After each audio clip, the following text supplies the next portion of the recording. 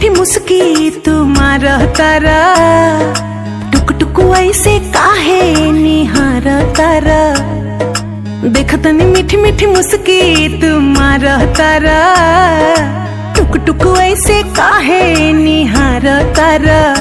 काथी चले तोरा मन में सांवरिया, हटे हटावाले ना हटे नजरिया हो, जनमा रे जान हो मधुन कलर सरिया।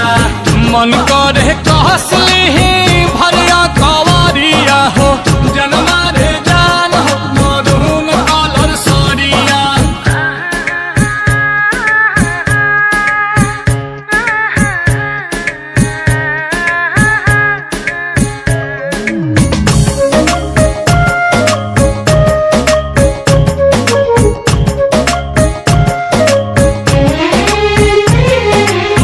बिजली टूठा हो तारू दिलवा प हमारा हो, अपन डोलाई के कमरिया।